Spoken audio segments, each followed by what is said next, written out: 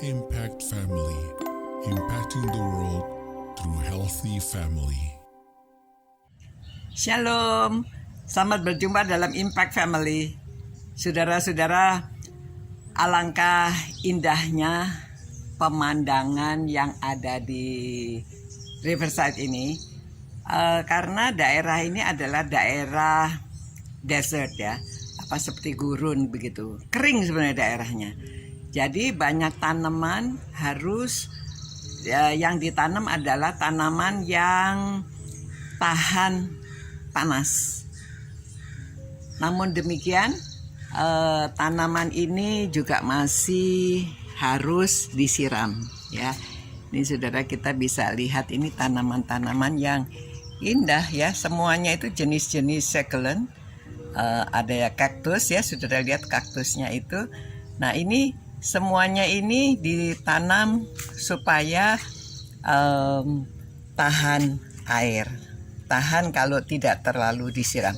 Namun saudara, saya mencoba di beberapa waktu ini juga harus masih tetap disiram ya. Disiram ini di depan mana. Saudara-saudara, hari ini kita masih membicarakan bagaimana kita memproteksi anak. Nah, itu alasan Allah menciptakan pernikahan supaya anak-anak itu bisa diproteksi ya. Jadi kalau di Amsal 14 ayat 26 bunyinya demikian. Dalam takut akan Tuhan ada ketentraman yang besar ya. Kalau takut akan Tuhan ada ketentraman yang besar. Bahkan ada perlindungan bagi anak-anaknya ya, anak-anaknya ini anak-anak Tuhan, tapi anak-anak kita juga ya. Jadi kalau kita mengajarkan takut akan Tuhan, kita akan menolong mereka dalam pemeliharaan. Mengapa? Satu ya, kalau kita mengajarkan takut akan Tuhan, nggak begini, ada Tuhan, takut loh, supaya anak-anak itu takut sama Tuhan. Bukan begitu ya, tetapi kita hormat, kita mengerti siapa Tuhan itu, bahwa Tuhan itu adalah Tuhan yang maha besar, Tuhan yang menciptakan langit dan bumi serta semua isinya, termasuk tanaman-tanaman ini semua diciptakan oleh Tuhan. Tanpa matahari tanaman ini tidak akan bertumbuh, tanpa kita siram tanaman ini tidak akan bertumbuh, tanpa pemeliharaan. Jadi Tuhan yang memberikan, yang menumbuhkan, tetapi kita bagiannya yang menyiram ya, bagian yang menanam, menyiram. Jadi pada waktu kita mengajarkan anak, kita ajarkan bahwa Allah ini yang maha besar, maha kuasa, Allah yang menciptakan segala isi yang ada di bumi ini. Jadi caranya ya kita harus adakan waktu. Kita harus sering berbicara dengan anak ya. Ada waktu untuk keluar bersama-sama, ada waktu untuk jalan-jalan, ada waktu untuk diam di rumah. Dan pada waktu keluar, waktu jalan-jalan, kita juga tidak hanya sekedar ajak dia jalan-jalan ya, tetapi sambil berbicara. Karena kita senang ya, orang tua itu kalau anak mau bicara sama kita, kita paling senang sekali, tidak dibiarkan. Tetapi kita sendiri juga harus demikian kepada anak-anak. Harus ada waktu untuk berbicara, tidak hanya diberitahu, dimarahin ya, tetapi anak itu dididik, diajar ya. Jadi misalnya ini tanaman ini kenapa kita harus siram ya, karena Allah yang memberikan pertumbuhan, Allah yang memberi perintah kepada kita untuk menaklukkan ya. Jadi kita itu mengajarkannya satu persatu, pelan-pelan. Anak baru bisa mengerti ya. Jadi kalau takut akan Tuhan itu kita menghormati Tuhan, kita mengerti siapa Tuhan itu. Jadi bukan kalau takut akan Tuhan itu harus selalu ke gereja, harus selalu baca firman. Itu betul, tetapi bukan hanya itu ya.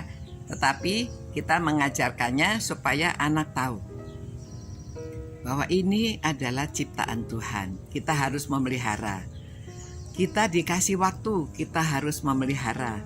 Harus melakukan segala sesuatu on time karena waktunya berjalan terus. Kan nggak bisa mundur waktunya ya. Jadi kita mengajarkannya caranya begitu ya. Karena Tuhan ada beserta dengan kita. Pada waktu kamu sendirian, jangan takut. Ada Tuhan yang menyertai. Tetapi kita juga membekali ya, kalau sendirian harus begini begitu. Kemarin sudah kita bahas. Nah, saudara-saudara, jadi pada waktu kita memberi tahu bahwa kita hormat sama Tuhan itu juga dalam tingkah laku kita. Jadi tunjukkan pada anak-anak ya. Tingkah laku kita tunjukkan bahwa Tuhan itu, kita ini ciptaan Tuhan. Tuhan yang memberi kehidupan ya. Kalau kita bilang kita diciptakan Tuhan, mungkin anak-anak tidak begitu nyimak ya, tidak begitu mengerti. Oh, kita diciptakan Tuhan, kapan diciptakannya ya? Nah, diberitahu bahwa Tuhan yang memberikan kehidupan pada kita. Kita hidup ini karena Tuhan yang memberi kehidupan. Walaupun terjadinya karena hubungan suami istri, lalu bisa melahirkan anak, tetapi kehidupannya itu diberi oleh Tuhan.